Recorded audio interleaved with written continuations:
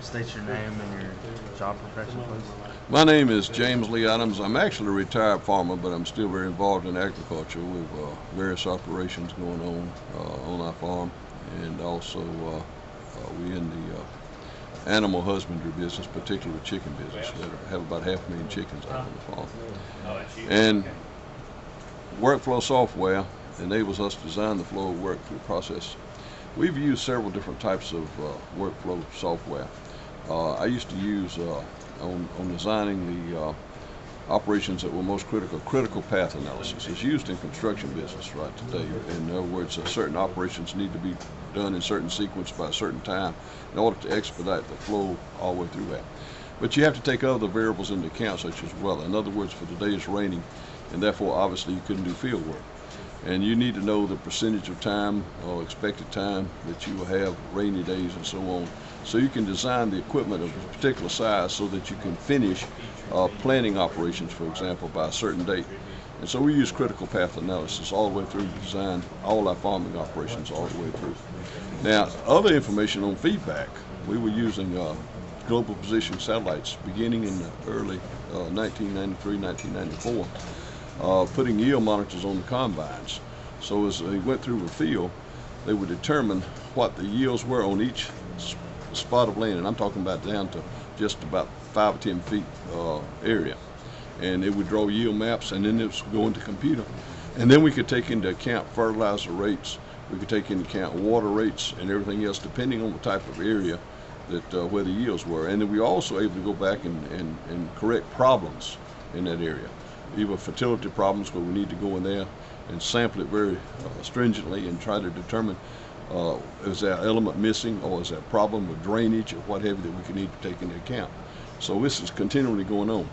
Now on the chicken house operations, we have about 500,000 chickens and 20 houses. And obviously it's impossible to go around and monitor them all the time and so on a physical basis.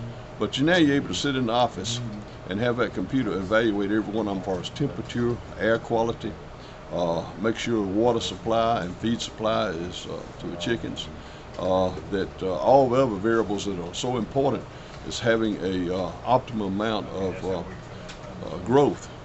Now what you don't want to do sometimes, you don't want to run the temperature, for example, too high, even though the chickens will grow better. But at some point in time, you're burning more gasoline or gas, LP gas, to heat up that atmosphere, then you're gaining poundage of growth. And so that computer can make that judgment on a second-by-second basis and make those corrections that are needed to maximize the profits throughout the whole operation. And that can be done and will be done and is being done on a farm 24 hours a day, 7 days a week. So when you're home sleeping, corrections are being made in real time in those chicken houses, and so you can maximize your profits. Do you think that American farmers would feel like such an arraignment is a good thing? Or? Oh, there's no doubt. They're already having to adapt because we're under probably more competitive pressure than any other segment of society in the United States. We have pressures that are coming in from overseas, as well as pressures of competing with other farmers in the country. And we have to adapt. We have to adapt on a very quick basis. Also, you have a situation where you have less and less available labor supply. And so we are at the point now where you're having literally tractors drive themselves. And so in other words, today when I have a tractor and I go out and plant in the field, or have a man go plant in the field, at the end of the day it gets dark and he has to stop. Well, if machines are driving those tractors and handling all the arrangements and everything, then literally that tractor can run at night. So what I can do is get by with half the equipment and be a whole lot more effective and efficient, and probably 3 times more effective, because a man normally would work 8 hours a day, and this way you can literally run 24 hours a day and utilize less equipment and cover more acres, make yourself much more efficient. Yes, sir. That's pretty much it. Farmers are going to be early adapters with technology, already adapted it worldwide, and that's going to really accelerate. we're using global position satellite, but we also have to have any more accuracy than that. So we're using all types of access of wireless information, so that we can know precisely what spot we are, even down to the inch, because you have to have these tractors be able to drive within an inch accuracy of where you are. And the implications are going to be tremendous.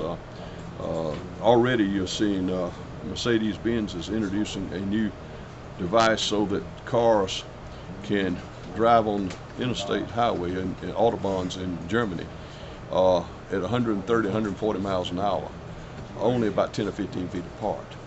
When you're in a car and you come up behind another car, your daddy and your mother say, stay back so you can stop. And the reason why, when you're going 60 miles an hour, you're going 88 feet per second. So your reaction time of 2 or 3 seconds when you see them putting on brakes and you trying to stop, you've already traveled, 240, 250 feet for 3 seconds at 60 miles an hour. But these new devices can instantaneously tell your car, hey, that car in front of you is braking, and therefore it will stop your car at the precise time so you don't have rear-end collisions on the thing. And now the implications are not only from a safety point of view, but also as far as road building.